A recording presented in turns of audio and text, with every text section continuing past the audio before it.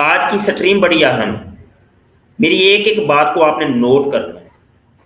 اور آپ کو تنقید کا مکمل اختیار ہے، آپ تنقید کر سکتے ہیں لیکن دلیل کے ساتھ۔ ناظرین، پچھلے دنوں ختم نبوت فورم کے علامہ مبشر قادری صاحب نے ایک حدیث مبارکہ جو بڑی مشہور و معروف ہے 73 فرقوں والی، جسے تلقی بالقبول کی حیثیت حاصل ہے، جو 18 صحابہ کرام علیہم الرضوان اجمعین سے منقول ہے اور اسی طریقے سے پھر یہ درجنوں کتب احادیث میں موجود ہے، اس کا جو مفہوم ہے وہ تقریباً جو دین سے شغف رکھنے والے ہیں وہ جانتے ہیں، جس میں سرکار علیہ السلام نے فرمایا الفاظ مختلف ہیں لیکن معنی ایک ہی ہے، جس کا حاصل کلام یہ ہے کہ میری امت کے 73 فرقے ہوں گے، ان میں سے ایک جنت میں جائے گا، باقی جہنم میں جائیں گے۔ اور کسی جگہ پہ فرمایا کہ وہ جو میرے اور میرے صحابہ کے طریقے پہ، کسی جگہ فرمایا وہ الجماعت ہے، کسی جگہ اس کے لیے کوئی تعبیر ارشاد فرمائی ہے، کسی جگہ فرمایا اتبعوا السواد الاعظم فانه من شذ شذ فی النار، بڑی جماعت کی، بڑے گروہ کی پیروی کرو، جو ان سے جدا ہوا جدا ہی جہنم میں جائے گا۔ اب مبشر قادری صاحب کا موقف یہ ہے کہ اس حدیث مبارکہ میں جو فرمایا کہ تفترق امتی، یا انہوں نے جو ابن ماجہ کی پیش کی اس کے اندر ہے کہ لتفترقن امتی، کہ عنقریب میری امت جو ہے وہ تقسیم ہو جائے گی، تو یہ فرما رہے ہیں کہ امتی سے مراد امت اجابت نہیں ہے، امت دعوت ہے، کیونکہ امت کی 2 قسمیں ہیں، یہ ہمیں قابل قبول ہے، سبھی اس کو مانتے ہیں، اس کے بارے میں تو ہمیں بات کرنے کی ضرورت نہیں ہے۔ ایک امت دعوت ہوتی ہے، ایک امت اجابت۔ امت دعوت وہ ہے جن کو حضور علیہ السلام کی دعوت پہنچی، خواہ انہوں نے اسلام قبول کیا یا نہیں کیا، ہر وہ شخص کے جسے نبی پاک علیہ السلام کی دعوت پہنچی وہ امت دعوت میں شامل ہے، اور جنہوں نے اس کو قبول کر لیا وہ امت اجابت میں شامل ہے۔ یعنی جو کلمہ پڑھ کر دائرہ اسلام میں آگے وہ امت اجابت ہے، اور جن تک یہ دعوت پہنچی، اور ہر وہ شخص جس تک یہ دعوت پہنچی وہ امت دعوت میں شامل ہے۔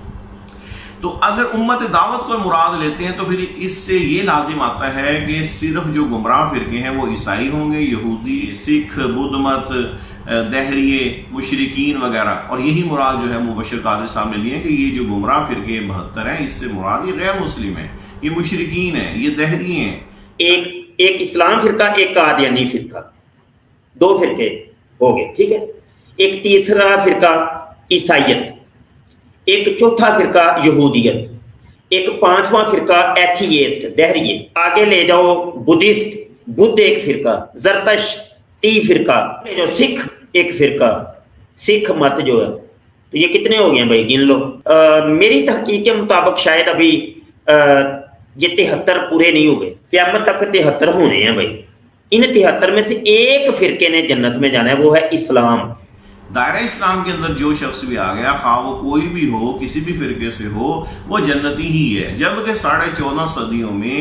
یہ تشریح جو مبشر قادری صاحب نے کی ہے، یہ کسی ایک محدث، ایک مفسر، کسی ایک اکابر امت نے نہیں کی۔ تو جب 14.5 صدیوں میں، اور بلکہ اس کے اپوزٹ سب نے اس کی تعبیر یہی لی، صحابہ کرام علیہم الرضوان اجمعین سے لے کر اور آج تک سب نے ایک ہی مفہوم لیا کہ اس سے وہ لوگ مراد ہیں جو اسلام کا لبادہ اوڑھ لیں، کلمہ پڑھ لیں، دائرہ اسلام میں داخل ہو جائیں، لیکن داخل ہونے کے بعد جو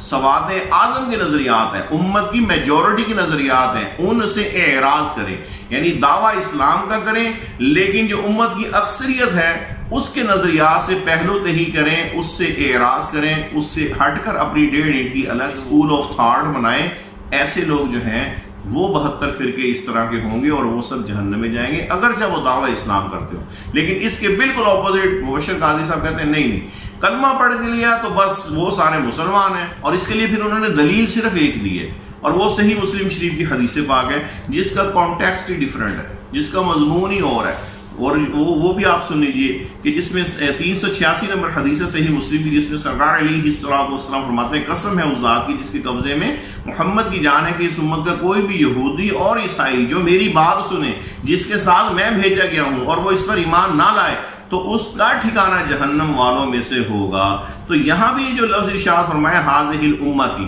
تو اس امت سے مراد یہاں ہے امت دعوت، یعنی صرف عیسائی یہودی نہیں، مشرکین، سکھ، بدھ مت، جو بھی غیر مسلم ہے، جو بھی اسلام میں نہیں آیا، حضور ان سب کے بارے میں ارشاد فرما رہے ہیں کہ جس تک میری دعوت پہنچتی ہے اور وہ مجھ پر ایمان نہیں لاتا، وہ اپنا باطل مذہب نہیں چھوڑتا، تو ایسا شخص جہنم میں جائے گا۔ تو اس حدیث پاک میں جو صحیح مسلم کی انہوں نے اپنی دلیل کی صورت میں پیش کی، انہوں نے کہا چونکہ یہاں پر بھی حاذہ الامتی کا لفظ ہے اور اس حاذہ الامتی سے مراد امت دعوت ہے، لہذا ثابت ہوا کہ جو ابن ماجہ والی حدیث ہے وہاں بھی امت دعوت ہی مراد ہوگی۔ یہ ایسے ہی ہے کہ جیسے میں یہ کہوں کہ سورہ فاتح میں وَلَا الضَّالِّينَ، اس سے مراد گمراہ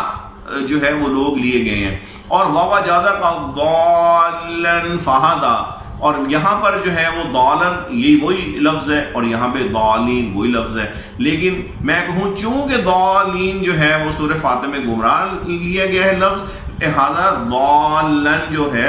سورہ والضحیٰ اس کے اندر بھی اس کا مطلب معاذ اللہ گمراہ ہے، حالانکہ یہ قاعدہ کلیہ بالکل غلط ہے، اور اسی وجہ سے جن بد مذہبوں نے وَوَجَدَكَ ضَالًّا فَهَدَىٰ کا ترجمہ گمراہ کیا، انہوں نے تو شان رسالت کی تنقیص کی اور وہ خائب و خاسر ہوئے، حالانکہ ادھر ترجمہ بنتا ہے کہ پایا آپ کو اپنی محبت میں خود رفتہ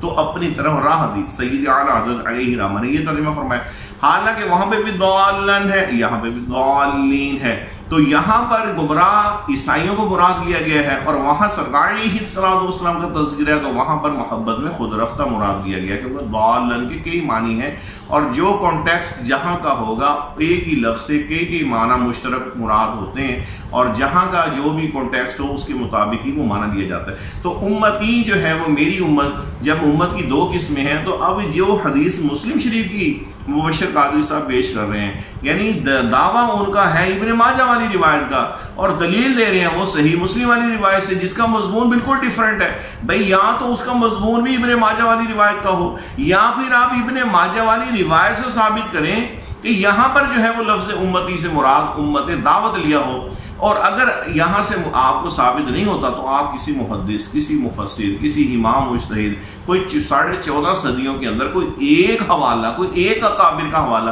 کوئی آپ پیش کریں کہ جناب اس سے مراد انہوں نے امت دعوت مراد لیا، امت اجابت مراد نہیں لی، حالانکہ اس سے مراد امت اجابت ہے، اسلام میں داخل ہو کر جو اپنی 1.5 اینٹ کی الگ الگ کرے اس سے وہ مراد ہے۔ لیکن مبشر قادری صاحب جو ہے وہ یہ بات کر رہے ہیں ابن ماجہ والی روایت کی، اور اس سے بالکل ڈیفرنٹ کانٹیکسٹ میں جو صحیح مسلم کا ہے وہاں پر جو مراد دیا گیا وہ کہتے ہیں چونکہ یہاں مراد دیا گیا لہذا یہاں بھی یہی مراد ہوگا۔ ایسا تو نہیں ہوتا، ایک ہی جگہ پر قرآن پاک کے اندر آپ دیکھ لیجئے کہ لفظ مکر ایک ہی ہے،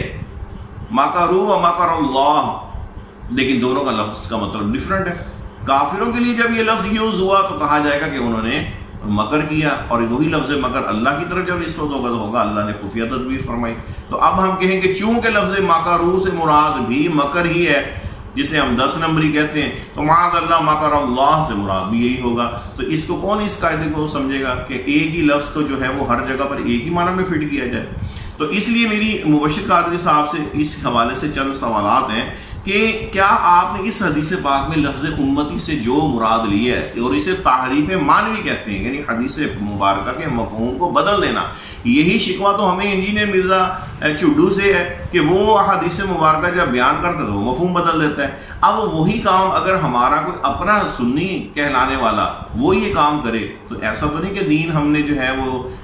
ہمارے اپنے پیمانے کچھ اور ہیں دوسروں کے لیے اور ہیں، تو اپنوں کو بھی ہم یہی گزارش کریں گے کہ یہ آپ جو ہے اگر آپ سے تسامح ہوا ہے، غلط فہمی ہو گئی ہے، اور خود آپ نے اس کا اقرار بھی کیا ہے کہ اگر میری بات کسی کو اس پہ اعتراض ہو تو مجھے دلیل کے ساتھ وہ بیان کر سکتا ہے۔ تو مبشر صاحب کے اس بیان کی وجہ سے ہماری یہ حوصلہ افزائی ہوئی ہے کہ ہم مبشر صاحب کو دعوت رجوع پیش کریں کہ جناب اپنی انا جو ہے وہ جب آپ بھی کہتے ہیں اور ہم بھی کہتے ہیں کہ وہ دین کے آگے ہماری انا کی کوئی حیثیت نہیں، تو پھر آپ جو ہے وہ جو مفہوم 14.5 صدیوں سے ہمارے اکابرین بیان کرتے آ رہے ہیں اس کو قبول کیجئے، وگرنہ کل کلام کو بد مذہب جب آپ کو یہی تانا دیں گے، اور بلکہ ایک ویڈیو میں جو مرزا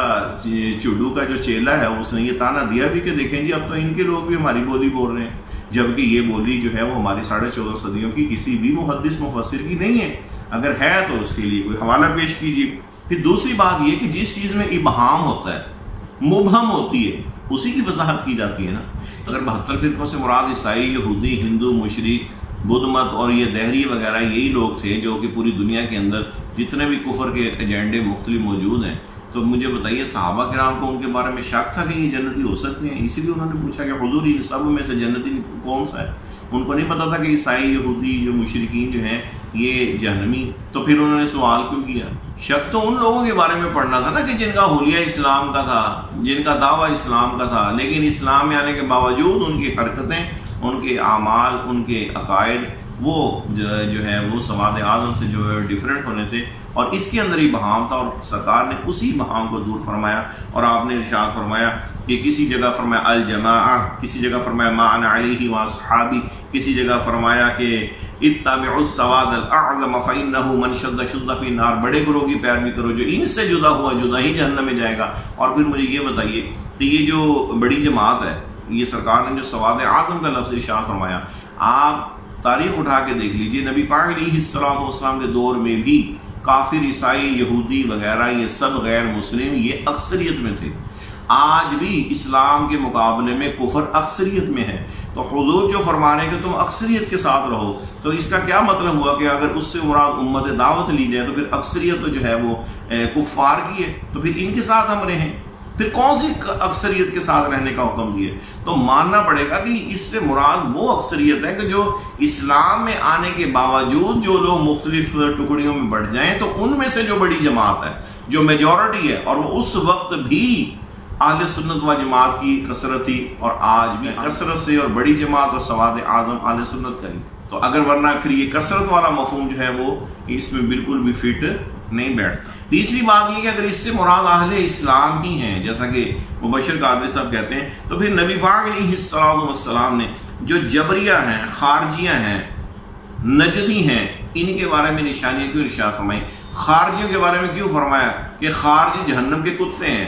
جبریہ کے بارے میں کیوں فرمایا کہ یہ میری امت کے مجوس ہیں، تقدیر کے منکرین؟ اور اسی طریقے سے پھر جو نجدی فتنہ ہے، جو خارجیوں کا ایک جماعت ہے جس کے بارے میں آپ نے دعا تک نہیں ارشاد فرمائی، اور ان کی نشانیاں بتائیں، گاڑیاں بڑھائیں گے، سر منڈائیں گے، قرآن کثرت سے پڑھیں گے، لیکن قرآن ان کے حلق سے نیچے نہیں اترے گا، اور وہ دین سے یوں نکل جائیں گے جیسے تیر شکار سے نکل جاتا ہے. تو اگر مجھے بتائیے وہ جنتی گروہ سے مراد اہل اسلام ہی تھے، کلمہ پڑھنے والے ہی تھے، اور اس سے باقی 72 سے مراد غیر مسلم تھے، تو پھر حضور یہ قرآن پڑھنے والوں کو اور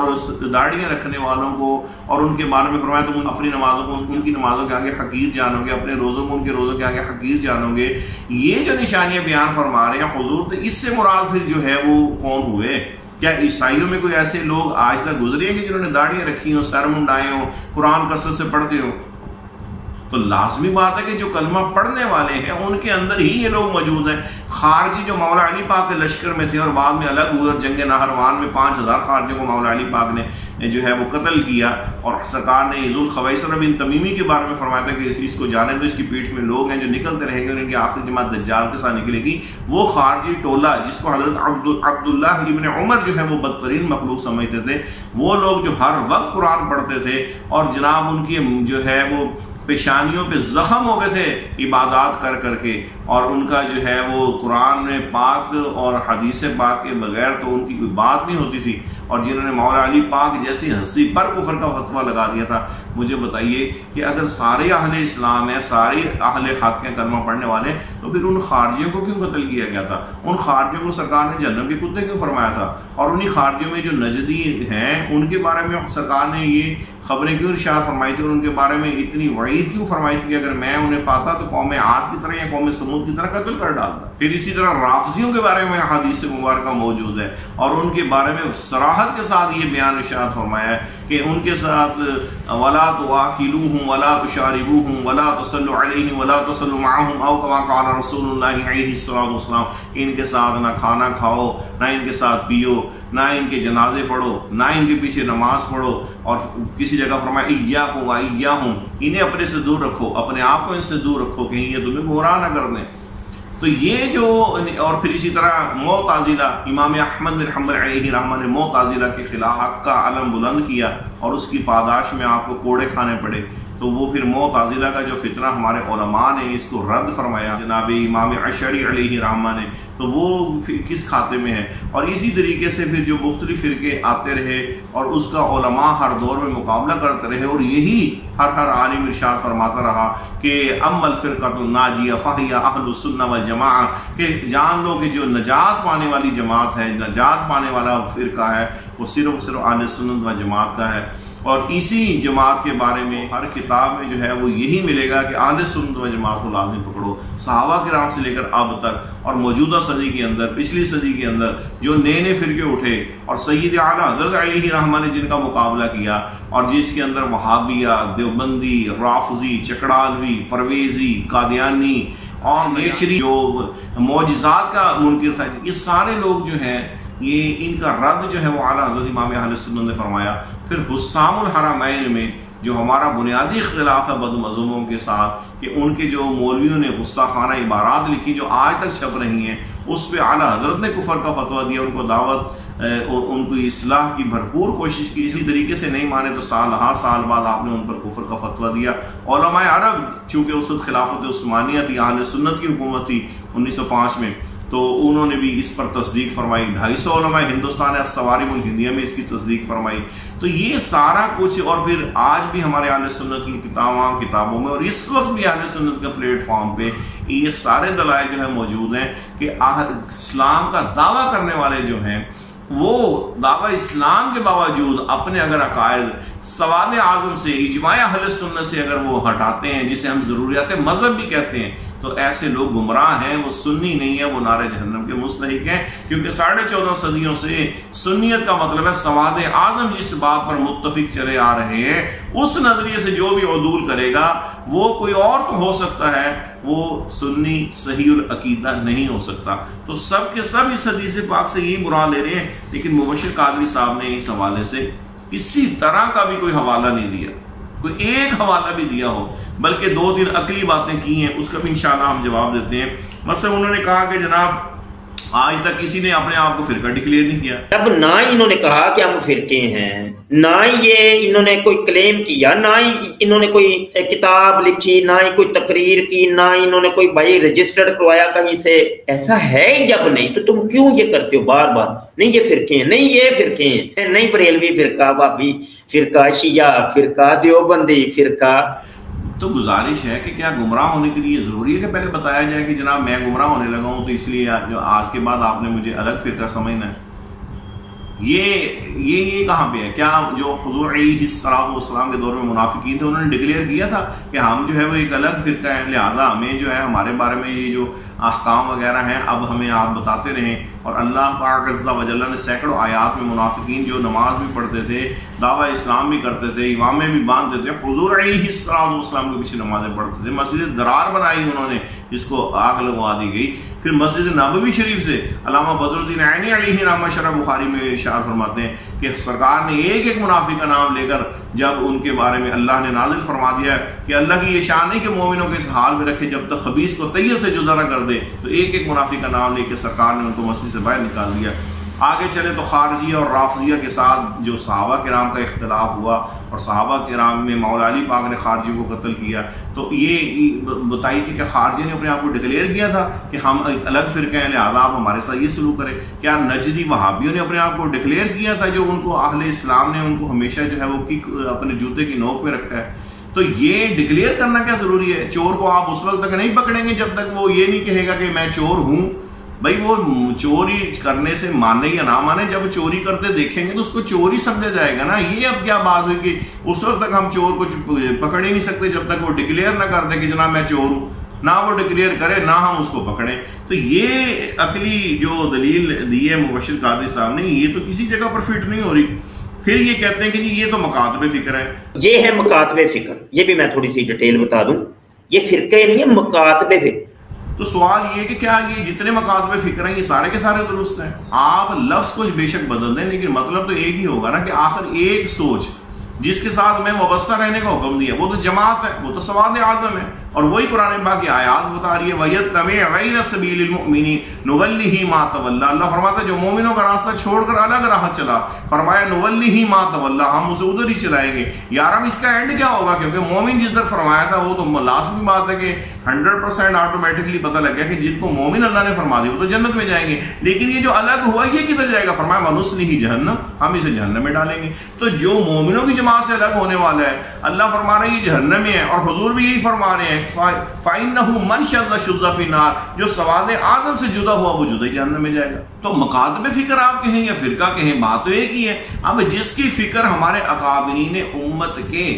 بتائی گئی تشریحات اور تعبیرات کے مطابق ہوگی وہی صحیح عقیدہ سنی ہوگا نا۔ اگر ایسا نہ ہوتا تو پھر انجینی مرزا چوڈو کا جو ہم رد کرتے ہیں یا اور مذہب فرقوں کا کرتے ہیں وہ اسی بنا پہ کرتے ہیں کہ ان کی جو سوچ ہے، نام تو وہ بھی قرآن اور حدیث کا لیتا ہے، لیکن اس کے اندر امینڈمنٹ جب وہ کرتا ہے، اس کی جو انٹرپریٹیشن ہے، اس کی جو تشریح ہے وہ اپنی مرضی کی کرتا ہے، اور وہ 14.5 صدیوں میں جو ہے وہ بالکل ہی کسی نے کی نہیں ہوتی۔ اور اسی لیے کہ 14.5 صدیوں کے حوالہ میرے منہ پہ نہ آئے، وہ اس سے پہلے کہتا ہے کہ جی ہم تو بابا کو مانتے نہیں ہیں، حالانکہ اس کے بغیر وہ چل ہی نہیں سکتا۔ اگر نہ بخاری و مسلم اور باقی سیاست اور دیگر کتب احادیث کے حوالے سے وہ کیا کہے گا، کیا تھا ان کا عقیدہ محدثین کرام کا، اور اس عقیدے پر اپنے یہ مرزا چوڈو اپنے آپ کو دیکھے تو پھر مجھے بتائیے کہاں پہ پورا اترتا ہے۔ تو جس بات سے ہم اس کا رد کر رہے ہیں وہی بات آپ دوسرے لفظوں میں کر کے تو پھر مجھے بتائیں آپ میں اور اس میں پھر کیا فرق ہوگا؟ کہ اس حدیث کی شرح میں جو 14.5 صدیوں کی تشریحات ایک نقطے پہ ہے، آپ اس سے بالکل علیحدہ ہو کر آپ بغیر دلیل کہ آپ نے کہہ دیا کہ جناب یہ تو ایسا ہے، پھر آپ نے یہ بھی کہا کہ میں تو فکر اعلیٰ حضرت جو ہے اس کا لحاظ کرتا ہوں۔ میں خود ذاتی طور پہ اعلیٰ حضرت فاضل بریلوی سے نسبت رکھتا ہوں، تو میں تو آپ کے مکتب فکر کا دفاع کروں گا، اور مطلب یہ کہ اس کی تحقیقات مجھے پتہ ہے، بقایا کی تحقیقات میری ناقص ہے، مجھے نہیں پتہ، اگر کہیں ملے تو مجھے بتا دیجیے گا، میرے علم میں بھی اضافہ ہو جائے۔ تو اعلیٰ حضرت خود جو ہے وہ رافضیوں کو یہ حوالہ جو ہے سکرین پہ آپ کو نظر آ رہا ہوگا کہ اعلیٰ حضرت امام اہل سنت و سید ہونے کے باوجود جو رافضی ہو، رافضی دیوبندی خارجی وغیرہ، ان لوگوں کو جو ہے کفری عبارتوں کی وجہ سے کافر سمجھ رہے ہیں، اور یہ بھی خیال رہے کہ بد مذہبوں پر جو کفر کا فتویٰ علماء عرب شریف کا ہے یا اعلیٰ حضرت کا ہے، اس سے مراد ہے کہ جو ان غصہ خانہ عبارتوں کو جاننے کے بعد پھر بھی حضور علیہ السلام کی شان و عظمت پہ غیرت کھانے کی بجائے اپنے ان جس کی ایک ٹکے کی اوقات نہیں ہے ان مولویوں کی، ان کی عزت کا لحاظ کرتے ہوئے اس میں تعویل کرنے کی کوشش کرے، وہ ان کو سپورٹ کرنے کی کوشش کرے، وہ ان کو مومن ثابت کرنے کی کوشش کرے یا ان کے کفر میں شک کرے، ایسا شخص جو ہے عند الاصولیین اور امت مسلمہ کے نزدیک وہ کافر ہے، اور اس کے کفر میں شک کرنے والا بھی کافر ہے۔ یہ نہیں مراد کہ ہر فرد کافر ہے، ہر فرد گمراہ ہو سکتا ہے دیگر عقائد کی بنا پہ، لیکن جس کو وہ ان غصہ خانہ عبارات پر اطلاع ہوئی اس نے اس کے باوجود اس میں تعویل کی، حضور کی عظمت کا لحاظ نہیں کیا، اپنے مولوی کو بچانے کے لیے حضور کی عظمت کو قربان کر دیا، ایسا شخص کا اسلام سے کیا تعلق؟ تو اعلیٰ حضرت اور بہار شریعت کے اندر خود صاحب بہار شریعت مولانا امجد علی خان صاحب اعظمی علیہ رحمہ نے خود اس میں جو ہے اسی حدیث مبارکہ کو ذکر کر کے تفارق امتی والی حدیث پاک کو آپ نے اس میں کیٹاگرائز کی ہے کہ امت مسلمہ میں جو ہندوستان کے جو فرقے ہیں ہم ان کا ذکر کریں کہ دنیا میں اور مختلف جگہوں پہ جو ہیں ان کے ذکر کی ہمیں حاجت نہیں، کیونکہ ہمارا ان سے واسطہ نہیں ہے۔ تو آپ پہلا حصہ جو بہار شریعت کا عقائد کے باب سے ہے اس میں آپ دیکھیے کہ جو مختلف فرقوں کے عقائد آپ نے بیان کیے اور اسی حدیث پاک کے تحت بیان کیے، تو وہاں تو کہیں پہ بھی نہیں مولانا امجد علی خان صاحب نے لکھا کہ اس سے مراد عیسائی ہیں، یہودی ہیں، بدھ مت ہیں، مشرکین ہیں۔ بھائی ان کا تو اسلام سے تعلق ہی نہیں ہے، وہ تو امت دعوت ہے، اور یہاں حدیث پاک میں بات ہو رہی ہے امت اجابت کی کہ جو قبول کر کے بھی اپنے جو ہے وہ سواد اعظم کے نظریات سے ہٹتے ہیں۔ تو جب آپ فکر رضا کی بات کریں گے تو تمہید الایمان جو ہے جو مرکزی اور بنیادی ہمارا اختلاف ہے، اس کے بغیر مجھے بتائیے فکر اعلیٰ حضرت کو آپ کیسے پروموٹ کریں گے؟ تو تمہید الایمان میں اعلیٰ حضرت نے کیا عیسائیوں، یہودیوں اور جناب مشرکین، بدھ مت اور دہریوں پر فتویٰ لگایا ہے، اسلام کا دعویٰ کرنے والوں پہ لگایا، جو جن کی یہ لمبی لمبی داڑھی ہیں اور جن کے جو ہے وہ ماتھے میں محراب ہیں اور جن کی جناب بڑے بڑے پگڑیاں ہیں اور جبے اور کبے میں ہیں، لیکن دلوں کے اندر غلاظت ہے کہ حضور کی ناموس کا لحاظ نہیں کرتے، اپنے مولویوں کو بچانے کے لیے ان کی غصہ خانہ عبارات کو ڈیفینڈ کرتے ہیں، اور آپ ان کے بارے میں کہہ رہے ہیں کہ وہ اہل اسلام ہے معاذ اللہ۔ مرزا غلام قادیانی فراڈیہ بھی ہم پہ یہ اعتراض کرتا ہے، انجینئر مرزا محمد المعروف مرزا چوڈو بھی ہم پہ اعتراض کرتا ہے کہ دیکھیں جی یہ تو ایک دوسرے کو کافر کہتے ہیں، جب یہ ایک دوسرے کو کہتے ہیں تو ہمیں کہہ دیتے کون سی بڑی بات ہوئی۔ تو میں یہ پوچھتا ہوں مبشر قادری صاحب کل کلام کو تو پھر اس طرح دہریہ جو ہے اس کے ساتھ ہم تو اس کا دروازہ کھول رہے ہیں، اگر آپ یہی تعریف مانوی کو لے کے چلیں گے تو آپ نے تو دہریوں کا دروازہ کھول دیا، کیونکہ دعوت اسلام جب آپ دہریوں کو پیش کریں گے تو وہ بھی تو آپ کو یہی کہیں گے کہ آپ لوگ جو ہے عیسائیوں یہودیوں کو کافر کہتے ہیں،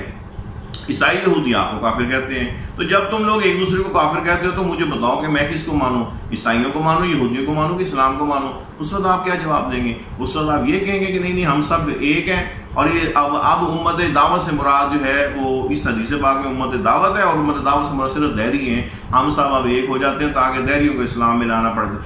تو کسی کو اس جواب دینے کا یہ مطلب تھوڑی ہوتا ہے کہ آپ حدیث مبارکہ کے مفہوم کو ہی بدل دیں، اور پھر اس مفہوم کو جس میں علماء کا اختلاف ہی نہیں ہے، یعنی 14.5 صدیوں میں اختلاف ہی نہیں ہے اہل سنت کا کہ اس کا مفہوم جو ہے اس کے علاوہ بھی کچھ اور ہو سکتا ہے سوائے یہ کہ آپ نے جو کیا، یا کبھی کبھار کوئی کسی اڑتی پھرتی خبر جو ہے وہ کان میں کسی بد مذہب کی پڑ جاتی ہے کہ اس نے ایسا کیا. تو ہمیں درد جو آپ کا ہوا ہے حدیث مبارکہ پہ جو ہوا کہ ایک تو میرے نبی پاک علیہ الصلوۃ والسلام کے مفہوم کو بدلنے کی اجازت تو کسی کو بھی نہیں دی جا سکتی، اور دوسرا یہ کہ آپ ہمارے اہل سنت کے فورم کو ریپریزنٹیٹیو ہیں. تو اگر ہم آپ کو بڑے ہی باادب طریقے سے اس بات کو اس لیے ہم نے آپ کی خدمت میں پیش کی ہے کہ ہماری انائیں جو ہیں اس پہ تو ہمارے دین پر ہماری کروڑوں انائیں قربان. ہم نے اپنے حضور علیہ الصلوۃ والسلام کے دین کی حفاظت کرنی ہے. اگر ہماری زندگیاں حضور کے دین کی حفاظت کے لیے ہی نہ خرچ ہوں تو پھر ہمارے جینے کا فائدہ کیا؟ اس لیے قادیانیوں کو اور مرزا پیغمبر کو یہ جواب دینے کا یہ طریقہ نہیں ہے کہ ہم جو ہے وہ ان لوگوں کے ساتھ اتحاد کر لیں کہ جن کے درمیان ہمارے اصولی اختلاف موجود ہیں، اور یہ اختلاف ہمارے اکابرین بیان کرتے آئے ہیں. یہ تو پھر ایسا ہی ہو گیا. پھر اگر آپ ادھر کا اعتراض ختم کریں گے تو پھر ادھر کا اعتراض آپ کے پڑ جائے گا. پھر 150 سال سے تو آپ جن لوگوں کو یہ سمجھتے تھے کہ ان گستاخانہ عبارات کی وجہ سے وہ کافر ہیں، آج آپ ان کو مومن کا سرٹیفکیٹ دے کے تو خود اپنے ایمان کا آپ کیا کریں گے؟ تو یہ کون سی وفاداری ہوئی کہ کسی ایک کو جواب دیتے دیتے اپنے ایمان کا بیڑا گرد کر لیا جائے، اور پھر ان کا دروازہ بند کرتے ہیں تو پھر ان کا دروازہ کھول لیں. تو جو حق ہے اس کو، حق اور باطل کو معیار وہی رکھیں جو ہمارے اکابرین کا ہے کہ جو بھی ناموس رسالت یا رب پاک عز و جل کے بارے میں یہ عقیدہ رکھے کہ اللہ چاہے تو معاذ اللہ جھوٹ بول سکتا ہے، یا اور جو گندے عقیدے جو ہیں وہ بد مذہبوں کے ہیں، یا نیچری مذہب جس کا سر سید بانی تھا وہ معجزات کا منکر تھا اور ہر چیز کو وہ سائنس کے مطابق لانے کے چکر میں اس نے قرآن پاک کو ہی بدل دیا، اور تفسیر القرآن غالباً اس کی تفسیر جو ہے بڑی معروف ہے. تو یہ سارا جو سیٹ اپ ہے ہم نے تو ہر شخص چاہے پوری دنیا ہی غلط روش پہ چل پڑے تو ہم نے تو غلط کو غلط ہی کہنا ہے، چاہے کوئی دوسرا شخص اس چیز کو سمجھے یا نہ سمجھے. ایسا نہیں ہو سکتا کہ کسی کو ہم اپنے دین میں داخل کرنے کے لیے یا اس کا منہ بند کرنے کے لیے ہم جو ہے وہ اپنے دین کو ہی بدلنا شروع کر دیں. اور دوسری بات یہ کہ قادیانیوں کے اندر خود کی طرف فرقے، تو ان سے تو یہ پوچھا جائے کہ تم تو یہ بات کیسے کرتے ہو؟ اگر یہی بات ہے تو الزامی طور پر ہم تمہیں نہیں جواب دیتے اور آپ جواب دیتے بھی ہیں. عبدالغفار جمبا، ناصر سلطانی، زاہد خان اور یہ دوسرے اور پتہ نہیں کتنے کتنے ان کے جو بنے ہوئے ہیں، تو اگر آپ نے ان کو جواب ہی دیا تو الزامی طور پر بھی آپ جواب دے سکتے ہیں. اور ابھی آپ انجینئر مرزا جیلمی کا بھی دیکھے گا، یہ شخص تو خود جو ہے وہ ایک نیا فرقہ بنا کے بیٹھا ہے جو سب کو مسلمان بھی کہتا ہے، لیکن اس کے وہی جو بد مذہبوں والی عادت ہے کہ ان کو جو ہے وہ معاذ اللہ تاڑتا بھی رہتا ہے، ان کو جو ہے وہ کفر بھی ڈکلیئر کرتا رہتا ہے، ہمارے بزرگوں کی توہین بھی کرتا رہتا ہے، صحابہ کرام پہ بھونکتا بھی رہتا ہے، ساتھ یہ بھی کہتا رہتا ہے کہ میں یہ ہوں. تو یہ تو اس کی شرارتوں کا تو انداز مختلف ہے، تو اس کو اسی مختلف انداز میں الحمدللہ علماء اہل سنت جواب دے رہے ہیں. آپ بھی اس میں دیتے ہیں اور دیتے آئیں گے اور انشاءاللہ. لیکن اس کا یہ ہرگز مطلب نہیں ہے کہ کسی بد مذہب یا کسی گستاخ، کافر، گمراہ، مرتد فرقے کو جواب دینے کے لیے ہم لوگ اپنے دین کو بدلیں. میری آپ سے گزارش ہے کہ آپ اس حوالے سے اپنی اس جو آپ نے یہ تحریف مانوی حدیث مبارکہ میں آپ سے تسامح ہوا یا جو بھی اس کو کہیں، اس کو فوری طور پر اس کا بیانیہ جاری فرمائیں. اور 14 صدیوں کی جو ہمارے علماء اکابرین کی تشریحات ہیں، جو سید اعلیٰ حضرت کی فکر ہے، اس کے بالکل اگینسٹ یہ بات جو ہے، اور اس کے آگے کتنے خوفناک نتائج ہیں آپ اس کا اندازہ مجھے امید ہے کہ میری معروضات سن کر بخوبی لگا سکتے ہیں. اللہ پاک عز و جل ہمیں حق بات کہنے، سننے اور سمجھنے اور اس پر عمل کرنے کی توفیق نصیب فرمائے. بہت شکریہ.